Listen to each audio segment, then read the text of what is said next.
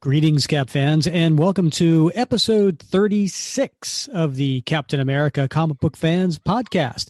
I am your host, Rick Verbanis, and as always, I'm joined by my co-host, my partner, Mr. Bob Lucius. Bob, what's up? Oh, Rick, I haven't heard that in, over a decade. What's up? Yeah, that's an oldie but a goodie. It's almost as old as the book we're going to be reviewing tonight. Not quite, but yes, it does take us back to another time, a simpler time. Yes, now we just need some. We need some frogs in the background, right? That's right. Yeah, Bud. Oh, those were the good days. Nice. Yeah, so we are taking the trip back, way back, like almost to the beginning back, as far as the at least in the Silver Age is concerned. We are going to be covering Tales of Suspense, number 58. And I know what you're thinking. You're thinking, 58? What's so important about Tales of Suspense 58? Well, let me tell you, it is the first time Captain America appears in that series, and it's a one-shot issue of Cap versus Iron Man, and then with issue 59, it then becomes a dual stories. Right, we've got a Captain America story and a Iron Man story, all the way up to issue 99, and then with issue 100, it becomes solely the Captain America series. So we're going to take you back to really the first Captain America non-Avengers story with his Tales of Suspense 58. Yeah, this is I mean, like when you think of Silver Age Cap, I mean, there's only a few books that jump out at you, right? When you think of Silver Age Cap books, and this is one of them. This is one of those sort of iconic covers that people think of. Mm-hmm. Yeah. Yep. It is a cool cover. It is, if I were to describe it. So what you see on the cover, let me get to that real quick. So Iron Man's been the lead character in this story for a couple of years now, and in fact, just before in issue 57, we have the introduction of who was introduced just one issue before. Stilt Man? I don't. Wait a minute. I'm drawing a blank, man. What did you say? Silk Man? No, Stilt Man. Stilt Man.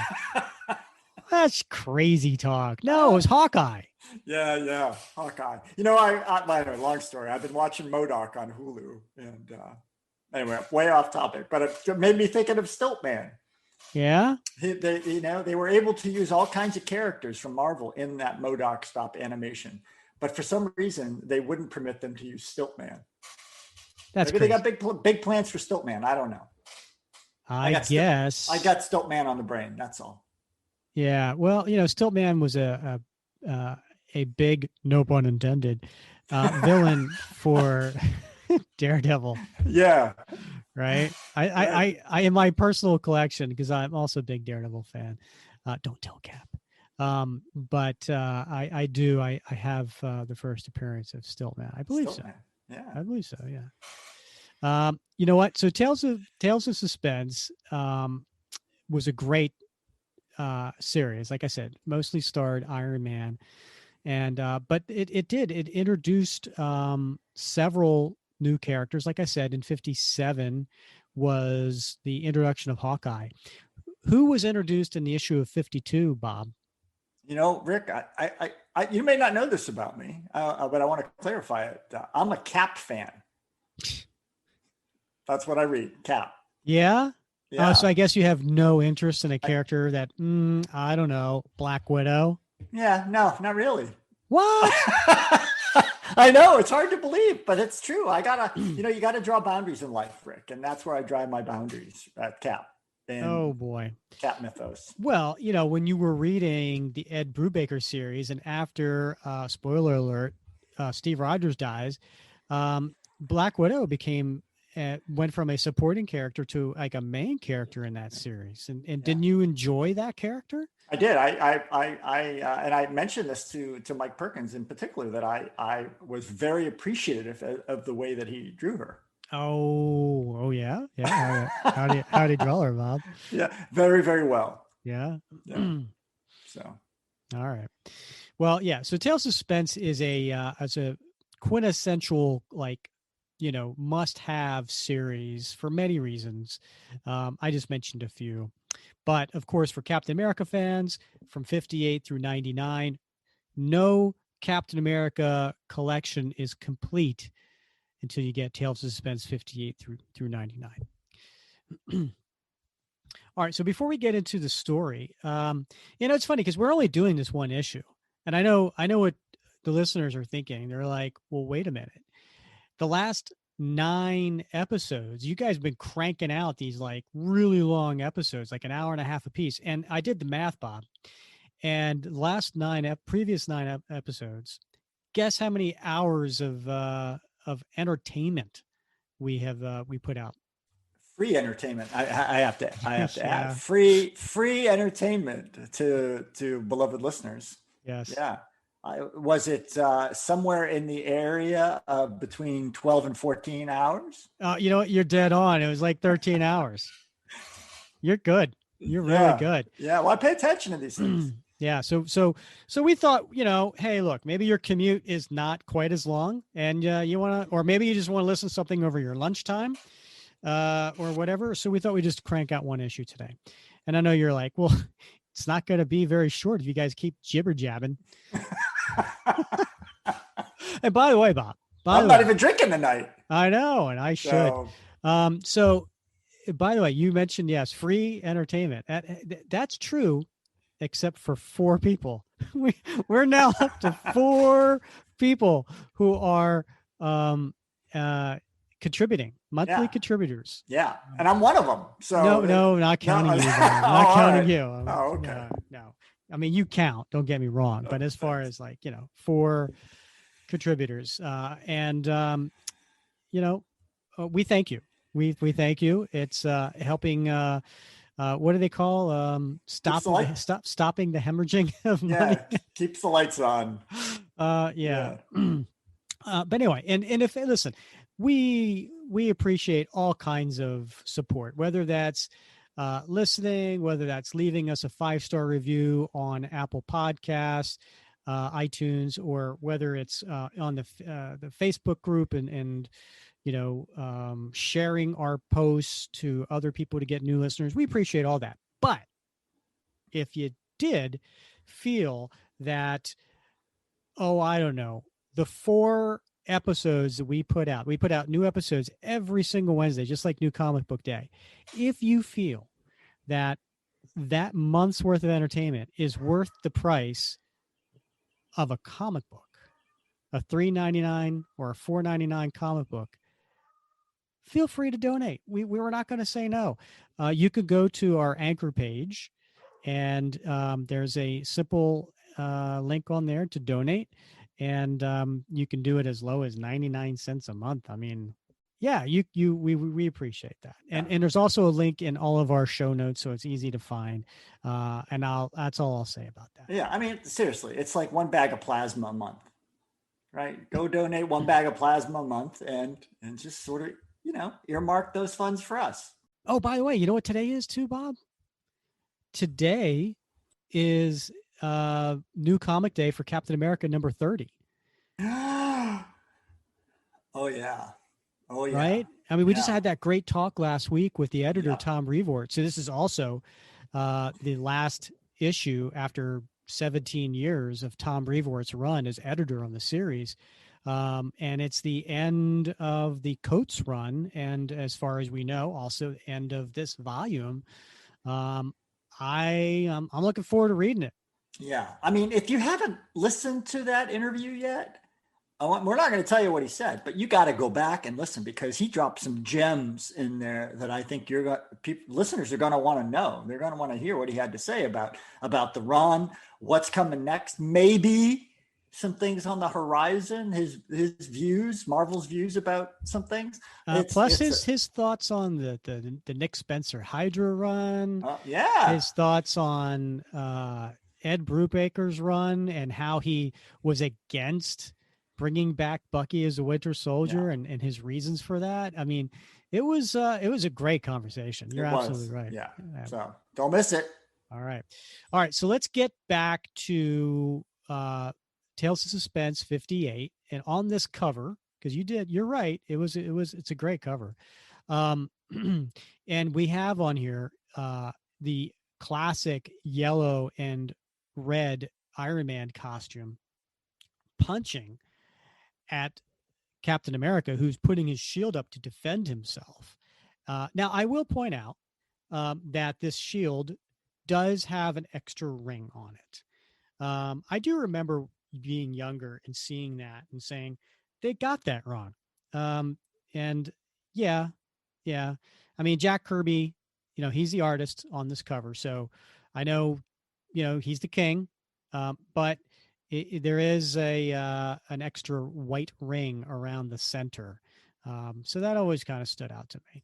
I think it's funny though, Rick, right? Because these days, I mean, we take that stuff to heart, right? I mean, what the hell is that all going on? Right. And you may have noticed it back then, but you go back in some of the early books and, the King was cranking out a lot of material, man. He was on a very compressed schedule for a lot of books. Yeah. And, he was just cranking this stuff out. And they weren't paying that close of attention. 3 rings, 4 rings. What is it? I don't know. But yeah, these days, somebody pulled that these days. There'd be pitchforks and torches out front of Marvel headquarters. Exactly. Yep. Oh, he doesn't have a clef in his chin.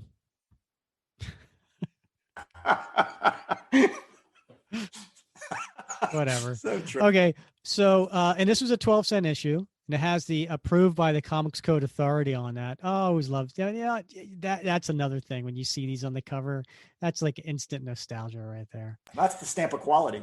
Yeah. Well, okay. All right. So right underneath the Tales of Suspense featuring the power of Iron Man, which is the title, is the subtitle right underneath the little splash here. And it says, "See our mighty golden Avenger in mortal combat with Captain America." Captain America is this big red, white, and blue font. And then on the cover, it does say, "Why are these two gallant allies battling each other to the bitter end? Mainly to get you to buy this mag and see the answer inside."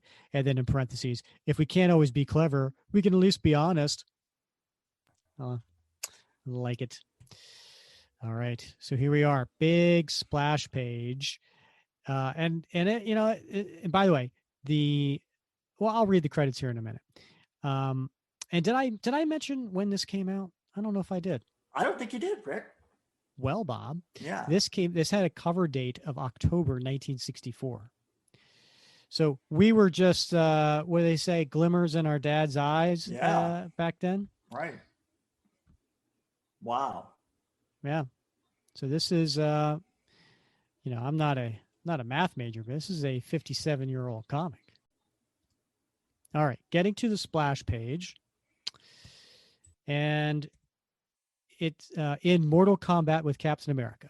And what we see here is Iron Man underwater, and it's a big splash, and he's on top of a shark, like a big shark. I'd say probably like a 6-foot shark, 5 or 6 foot shark, and he's holding it by the fins on the sides, not the dorsal, and it says a little thought bubble coming from Iron Man. "While I'm down here in the bay testing my built-in emergency underwater breathing apparatus, I might as well drive this killer shark out into the open sea he came from. Keep moving, Cuddles."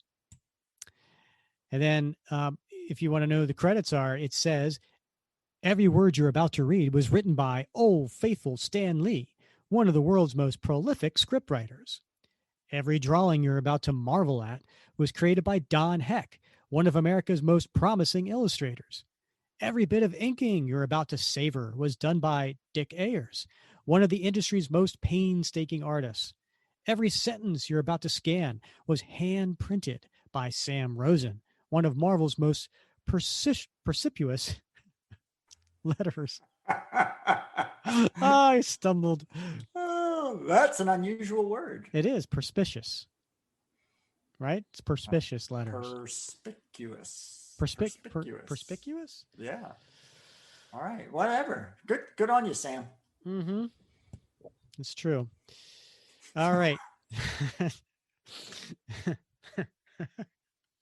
Sorry. All right. Next page. And we got Iron Man splashing out of the water.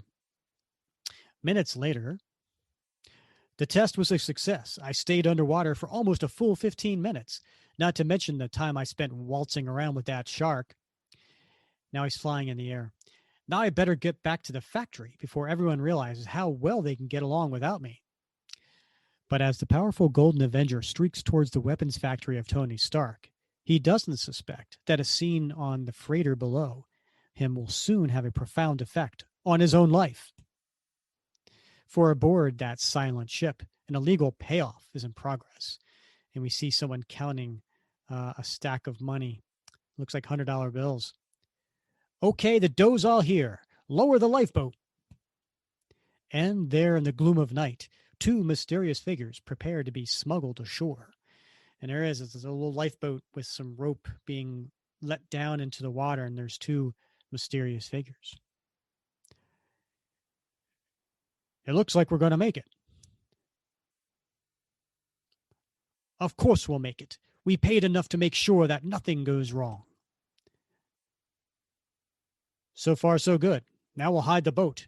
By the time it's found, we'll be safely gone. We've waited a long time for this moment. A long time for our revenge.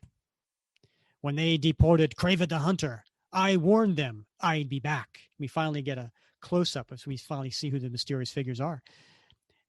And the Chameleon as well. So it's Kraven the Hunter and the Chameleon. Now, these are typically Spider-Man villains, right? Well, typically, I mean, I don't know how long they've been around at this point, but I do know that they got their introduction in the Amazing Spider-Man series. Now that we're here, remember that I'll give the orders. I've got my plans all set. You, that's a laugh after the mess you made of our fight with Spider-Man, which happened in Spider-Man 15. Bah! One or two small defeats are meaningless, but enough talk. Let's see where we are. Careful, Kraven. That's the munitions factory of Anthony Stark above us. It's only of the most carefully guarded plants in the world. Follow me, spineless one. Kraven fears no guards that live, and he climbs up this steep rocks. And as he gets to the very top, well, there's one guard you better start fearing, mister. Iron Man. No masked incompetent in a tin suit can stop Kraven the Hunter. I have the strength and speed of the Jungle Cats. And he goes to jump on Iron Man. Good for you, son. You're going to need them. Oh, by the way, I don't like being called an incompetent. Not even by you. And he nails him. And he knocks him unconscious. But the Chameleon is hiding behind some rocks as Iron Man drags Kraven the Hunter away. Lucky he did not see me behind Kraven in the shadows. At last I'll have a chance to prove that I'm superior to Kraven, for soon I, the Chameleon, shall defeat Iron Man. Meanwhile, inside Stark's factory, Happy Hogan comes as close to a smile as he can. Hi, Pepper. How do you like my new sport jacket? And it's quite the sport jacket, by the way. It's this yellow sport jacket with a plaid, red stripes, some green squares. And he's wearing his, typical bow tie, and he's got on a blue pantsuit, and he's holding his hat in his hand. But Pepper Potts, who's behind the desk, she gets up and she puts the old right hand out. And she says, "Stand back. Don't come any closer. Hold it right there. Don't dare move." Huh? That's it. Stay just as you are. I don't get it, Pep. What's it all about? And she's reaching into her purse. I'll explain in a minute, as soon as I get my sunglasses. There, that's better. Now I can look at you without being blinded. Hey, I'm beginning to think you're ribbing me. You're making fun of my jacket. Nobody could make fun of that jacket. No joke could do it justice. Come to think of it, the salesman at the clothing store did look at me kind of funny when I picked it. Hey, what gives? Look, don't you recognize him? It's Captain America. And stumbling into the office is a very disheveled Captain America. His costume is torn. He's got bare skin showing. Quick, there's no time to lose. I've got to find Iron Man. Where is he? Seconds later, just as Iron Man is about to return to his normal identity as Tony Stark, millionaire munitions manufacturer, and there's Iron Man, or Tony Stark in his Iron Man armor with his helmet off. My red alert signal. I'm needed. I better rush to Pepper's office. Speedingly reaching the executive suite, Iron Man finds Cap, you've been hurt. Quick, inside. Don't disturb us, Pepper. But what shall I tell Mr. Stark? Don't worry about that. He won't be back for a while. So he grabs and helps Captain America into his office. Then, in the privacy of the locked office, Captain America tells an incredible tale. It happened this morning. I was just wandering through town when I heard a cry for help. Responding quickly as I could, and here he is crashing through a window, and there's two guys running, but there's an older guy on the ground. Careful, don't go near those two men. Wait till I explain. Why? What's wrong? What is it, old timer? Isn't that great? Don't you love it when you, back in the day where you could call people old timer? You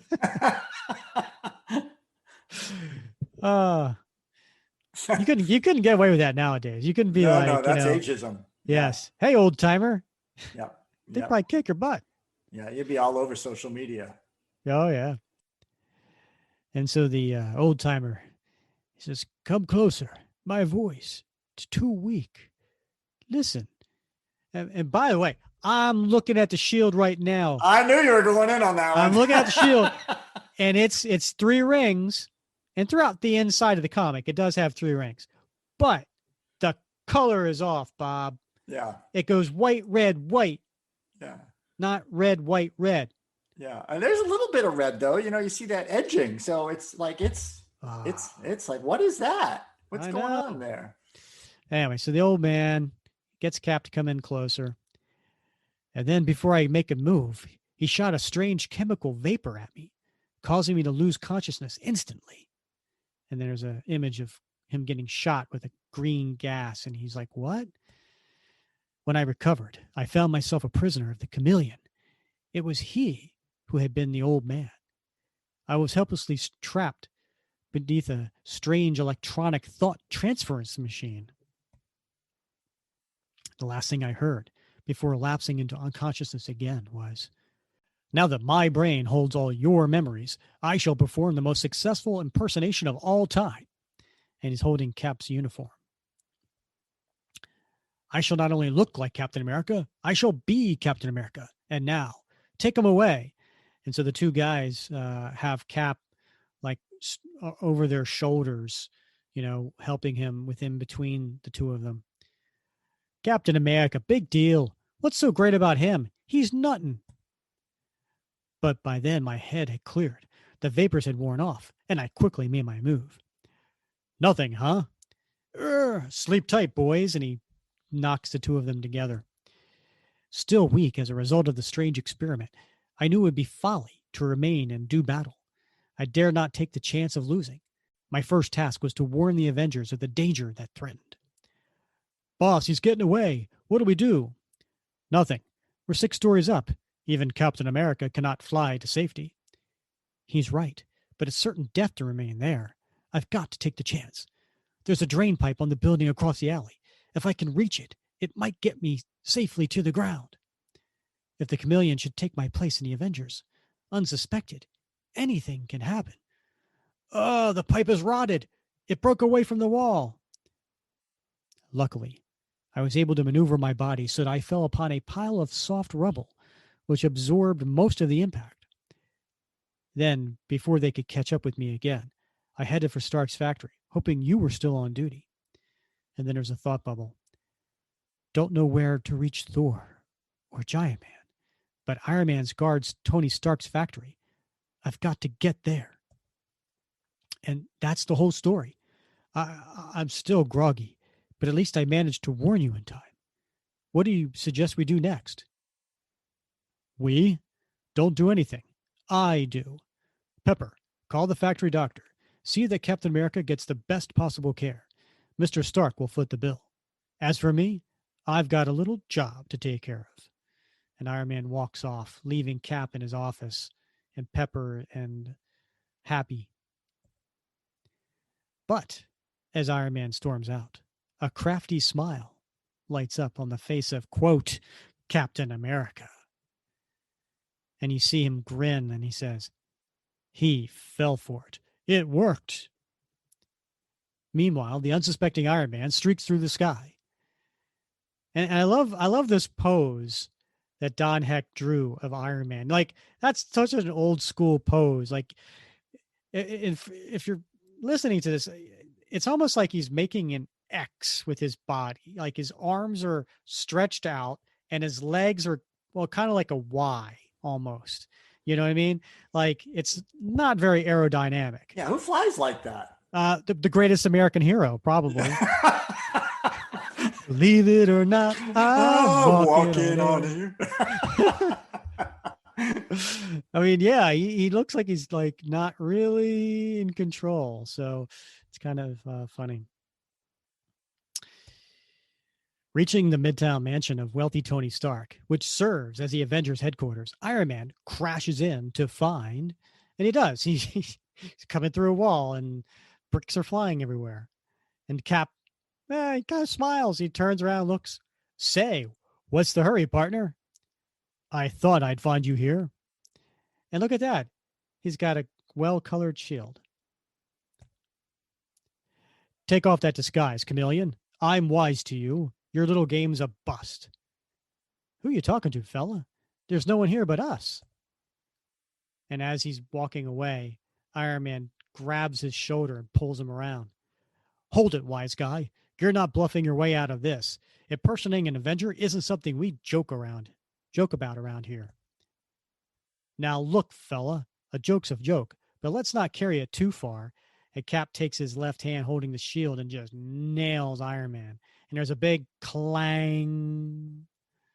Iron Man falls back. And he thinks to himself, he must have found a way to absorb some of Cap's prowess as well as his memory. That felt like the kick of a mule. This is no joke, mister. I'm coming after you now, and I'll get you one way or another.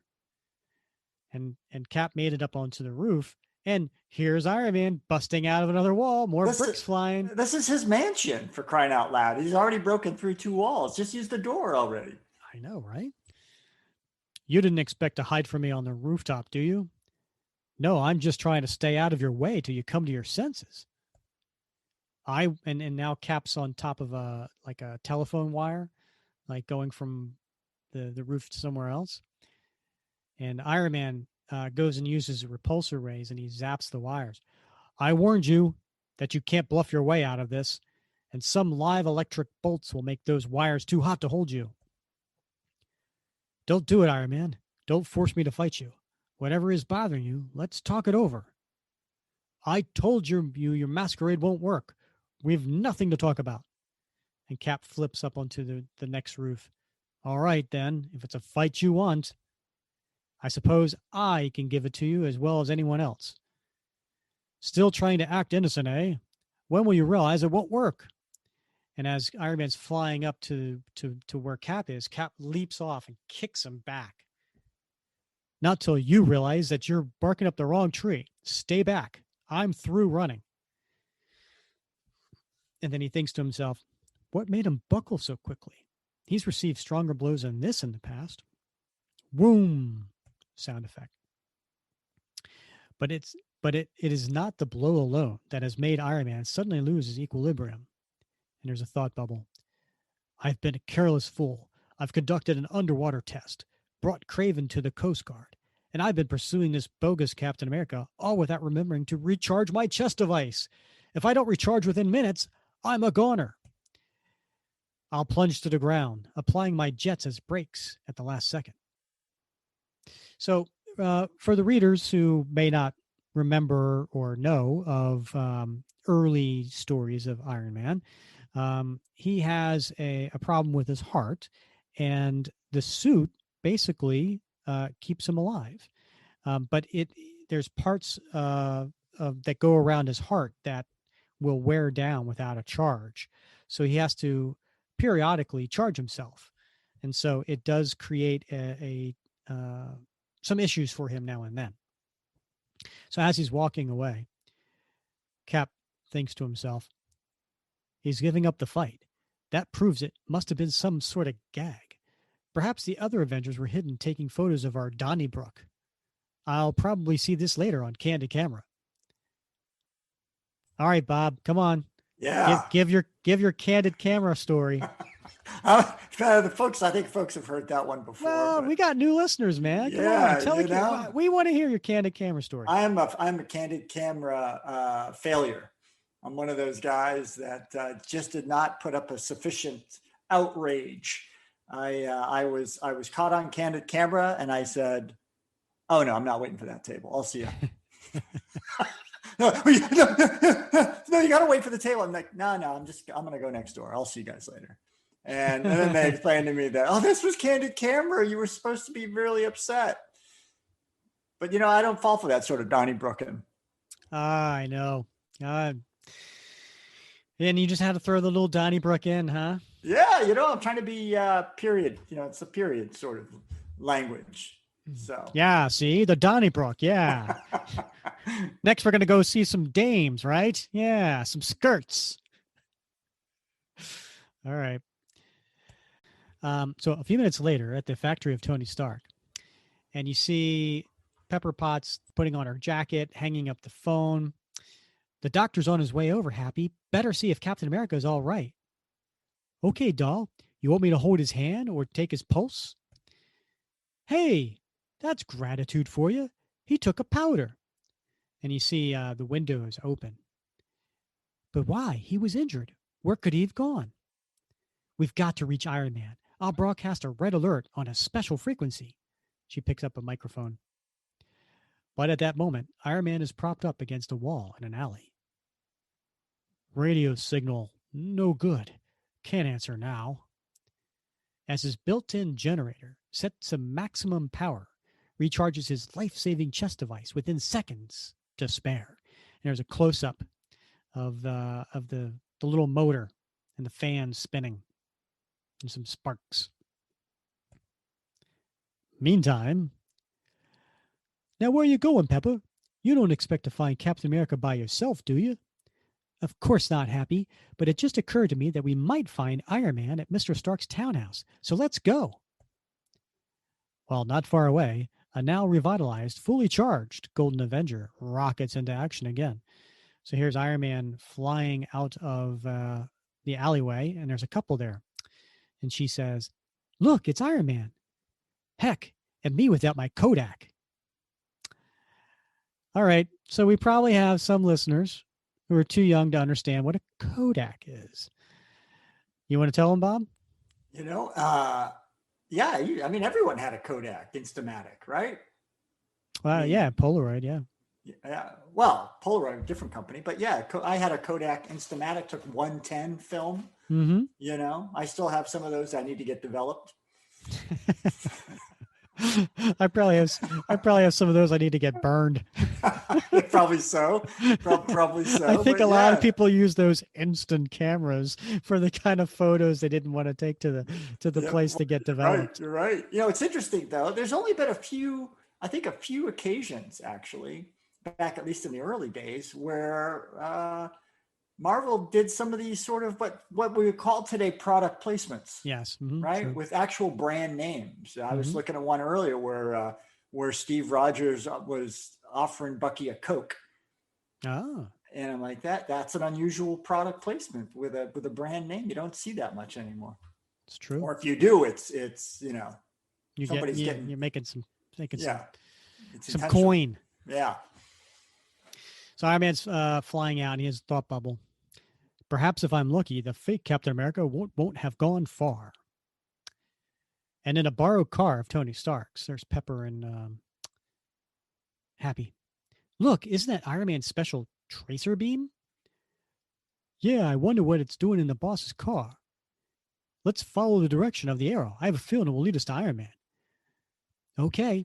Mr. Stark probably keeps it in his car so he can find Iron Man when he needs him. And so, Pepper and Happy drive on, little dreaming how close they have just come to guessing the secret identity of the world-famous Golden Avenger. While a few blocks away, and there's Captain America, and he says, he's thinking, I can't get Iron Man out of my mind. Why did he act that way he did? What does it all mean? And directly overhead, we see Iron Man flying in the night sky. There he is. I found him. But the battle trained reflexes of Captain America react with lightning rapidity. It's Iron Man, directly above me. I've got to move. He's prepared to fight again. I can sense it. Perhaps I'll be able to lose him in here for a while. And he goes into some sort of factory door. But when operating at the peak of his powers, Iron Man is not so easily deterred. He ducked into a construction power station below. And as Cap's in the darkened room, there's a guard. And he says, someone running in the dark, a saboteur. Stop, or I'll shoot. Stop, I said. And then he fires his gun. And Cap luckily has his shield up. A watchman. Hold your fire, friend. I mean no harm. Then, as the stalwart Sentinel of Liberty stands revealed by lantern light. Glory be, it's Captain America, my childhood idol. I'm mighty glad you recognize me. Now, that's something interesting, right? Like, that's not a story you're going to hear nowadays. My childhood idol. Yeah. So apparently this guy was a child in the 40s, which, here it is 25 years later. So he's not that old. It's 25 years later and he was a child.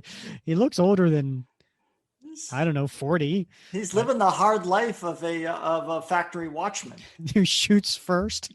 He didn't waste any time. He really doesn't. Well, he's guarding rock. Yeah, well, and he's dressed like the Joker, for crying out loud. He really is. Whatever. He's got a purple suit on and a green cap. And he's got a little flower lapel, too. Don't get too close, Cap. And then from the skylight above, you know what Tony Stark likes to do, Bob? He likes to crash through things. He has no respect for personal property. Is this the third crash through or fourth? I don't know. Yeah. And the night watchman, who looks remarkably old for 40 years old, says, "What's that?" Just what I feared. Iron Man has found me. Chameleon, surrender now. Don't force me to attack you. I can't be responsible for what might happen. Really? Really, Iron Man? I'm pretty sure you're very responsible for what might happen. And Cap thinks to himself, I don't understand. He keeps using the name Chameleon. I wonder, is he the real Iron Man? Stand aside, old timer. Things may start getting hectic in here soon. And he grabs the guy. So apparently, the real Captain America uses the term old timer just as much as the fake Captain America does. Yeah. Iron Man and Captain America acting like enemies. It doesn't seem possible. And then by an ironic twist of fate, the Star-Spangled Adventurer begins to doubt that Iron Man is all that he seems to be. Well, Chameleon, what's your answer? My answer is, although I cannot match your transistor-powered strength, I can still fall back on my own speed and cunning, like this. And he pulls a lever. And just then, Iron Man falls through the trapdoor. I didn't realize I was standing over the large trapdoor through which the gravel is dropped. The Chameleon seems to think as quickly as emergencies as the real Captain America does. But this won't help me much. My armor can protect me from anything I'll encounter in here. And a few blocks away, I tell you, I saw them, Iron Man and Captain America, slugging it out in the construction power building. I'm not doubting you, Charlie, but aren't they on the same team? While back at the gravel pit, we find. All I can say is this is one nighty way for a millionaire playboy to be spending an idle afternoon. And he's being tossed and turned around inside this gravel pit. And directly above, Cap pulls the lever back. He must have had enough by now. I certainly don't want to hurt him. But even before Captain America can stop the powerful gravel machine, Iron Man's pounding around inside. Well, this foolishness has gone on long enough. I'll give my transistors a full output adjustment, and then I'll pay a final visit to the bogus Captain America. And this time, I won't handle him with kid gloves. Hey, Bob, look, he's bursting through something. This is a guy who's got a lot of money, right? Yeah, you know. I guess if I could hire people to patch up walls, I'd burst through them all the time. I guess. I mean, he's not coming over my house for dinner anytime soon. Hey, where's the bathroom? Oh, no. While outside the building, and there's Pepper looking at the transistor, which has a big arrow pointing left. Happy, stop the car. We found him. According to the dial gauge, Iron Man is in the construction power building. What the heck's a construction power building? No, I've wondered that for the last couple pages as well. I know a power building and I know a construction site, but I've never heard of a construction power building. So, well, what are we waiting for? Maybe he knows where Mr. Stark's been all these days. And then back to Iron Man underneath the gravel. I'm free of the gravel, but I'm stumbled into a room with giant automatic cement mixers. I'd better not hang around here too long. And as luck would have it, Happy and Pepper enter at that moment, but are unseen because of the thick swirl of the fine cement dust. Careful of your eyes, Pepper. Keep them half closed. Oh, you don't have to tell me twice, Happy, and they're covering their mouth and their eyes. While not more than a few yards away, Iron Man's getting through and he says, the Chameleon is here somewhere, and I won't rest until I've found him. And then here's Happy. Slowly, his eyes tearing and moist, Happy walks blindly forward through the vast room towards the edge of the gravel pit. And Iron Man says, footsteps off to my right. Can it be? And just then, Happy falls. Help, I'm falling. Suddenly, a strong gloved hand reaches out and steel-sinewed fingers grab the falling man's wrist. Got you.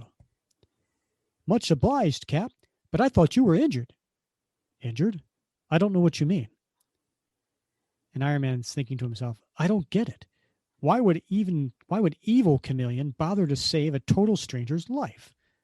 Wait, I haven't finished with you yet. There are still some missing pieces in this jigsaw puzzle of the real Captain America. But suddenly, a fearful cry rings out, and it's Pepper. Help! Get me out of here. I stumbled into a sand pit. Help! Wow, that's a dangerous building to be in. It's a lot of things going on. It can really mess you up. Apparently. It's Pepper. I know her voice anywhere. Let's go. Don't worry, Pepper, honey. We'll save you. Happy, look out. You're leaning on the water valve. And as he pushes down the water valve, what did you say? Never mind. Water starts shooting into the sand trap that Pepper was in. But luckily, Iron Man swoops in. Easy, Pepper. You're safe now. Everything will be all right.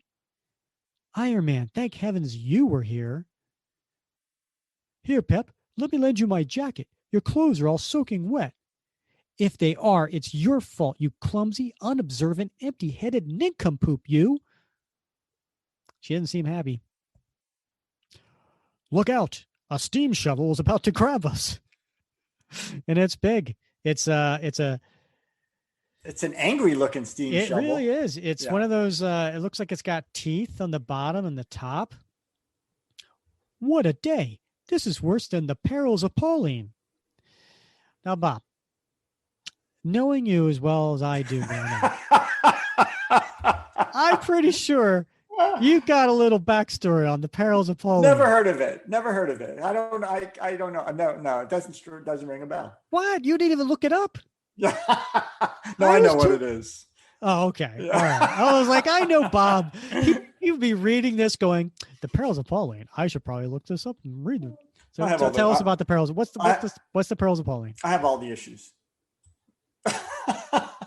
It's been a long time since I've turned over a new leaf, but back in the old days, the perils of Pauline were all kinds of great stories where Pauline would find herself in predicaments, and generally she would be scantily clad at the time, and she would need some rescuing. Oh. Yeah. So. Oh, is it scantily clad, huh? This is Yeah. another one of young Bob's favorite readings. Well, let's just say, I have a wide variety of tastes.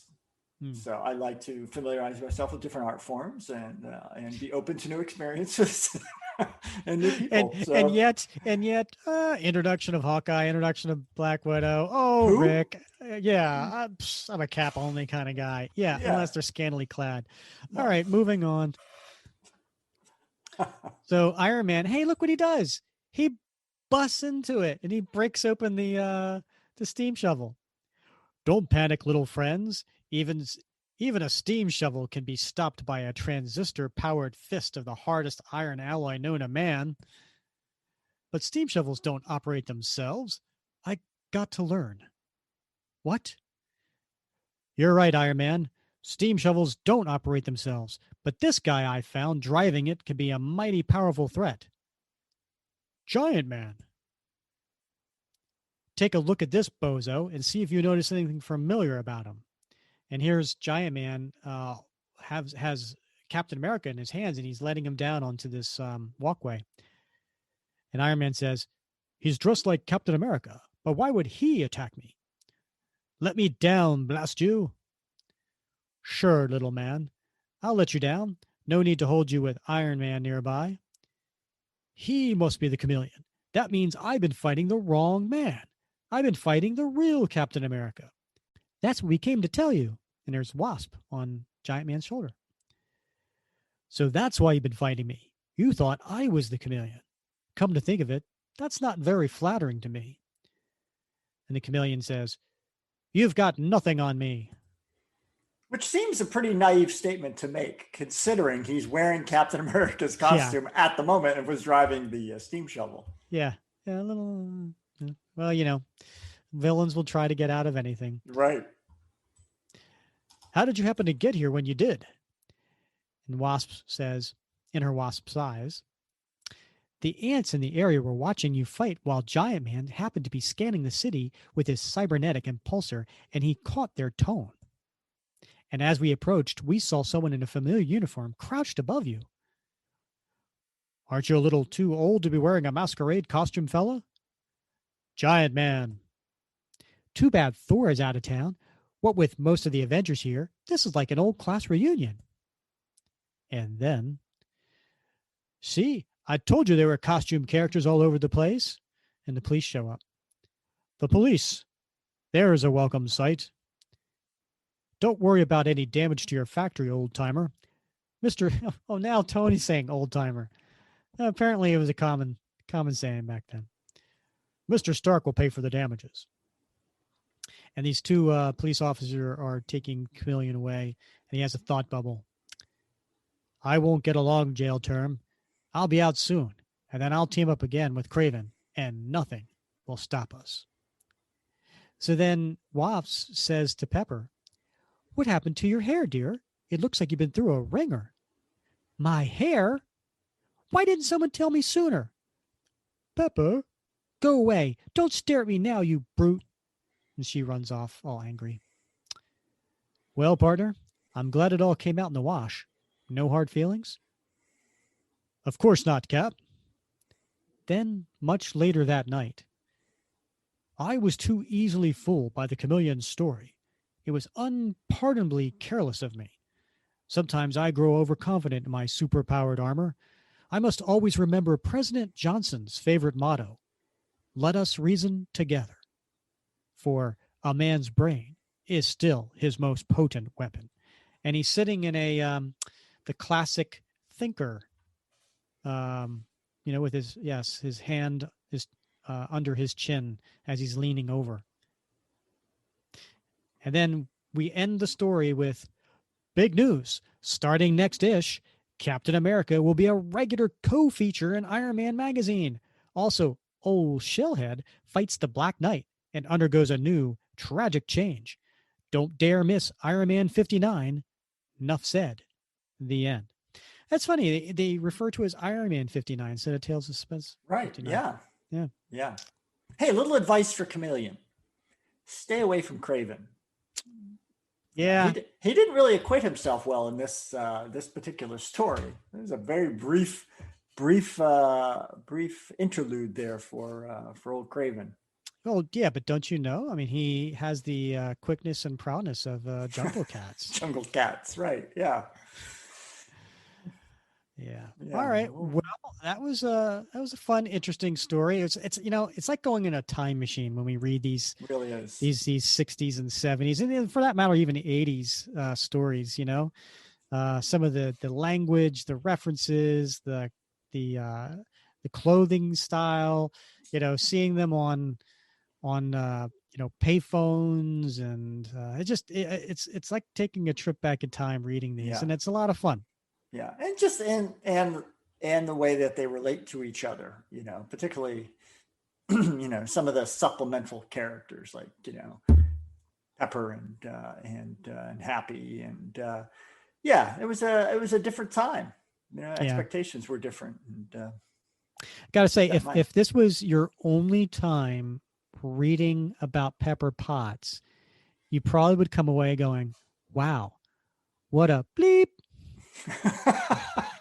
Right? I mean, there was nothing appealing about her at all, character-wise. I mean, yeah, not very nice. I Happy. think there's a little bit of sort of a comedic sort of aspect to the relationship between dumbass Happy and and Pepper, who had a certain sort of causticness to her. So, but there were a lot of I think there were some sitcoms at the time that sort of had that sort of same sort of dynamic, and so it was just sort of lifted and pop culture sort of reference to sort of fill in the storyline. Yeah. Well, fun story. We'll revisit Tales of Suspense again sometime in the future. Next episode 37. We're also going to take a trip back to 1977, Bob. We're going to go into the Jack Kirby Captain America, the second run of Jack Kirby. We haven't done that yet. And we're going to start with issue 208 and see where that takes us. Do you know what happened in issue 208, Bob? Introduction of a major character. Oh, right. Yeah. And it's due time. It's due time that he be given his due. Do or dough? Oh, that was so well played. It was almost like it was planned, but it wasn't. Yes, indeed. One of my favorite. I like to think of him as an anti-hero, but yeah. Doughboy. Yeah. Yes. And you can't have Doughboy without Primus. Right. But actually, the major one that's introduced in Captain America 208 is one other than one of Captain America's greatest villains, and that is Arnim Zola. So I haven't read this in forever, so I'm looking forward to reading that. And we'll do a little Jack Kirby the King. Yeah, that'll be cool because looking back retrospectively, Zola has played such a role, not only in the comics, but obviously in the Marvel universe, the cinematic universe, and to go back to the beginning, And one would never have known, reading that first sort of introduction, that he would have taken on such an important role in the universe and in the mythos. But it's cool to like go back to that simpler time and see where it all began. Yep. Yep. So we'll do that next episode, episode 37. All right, Bob. As always, it's been fun wrapping cap with you. Oh yeah. Oh yeah. Oh yeah. All right. He's Bob Lucius. I'm Rick Verbanis, and you've been listening to the Captain America Comic Book Fans Podcast. Oh yeah.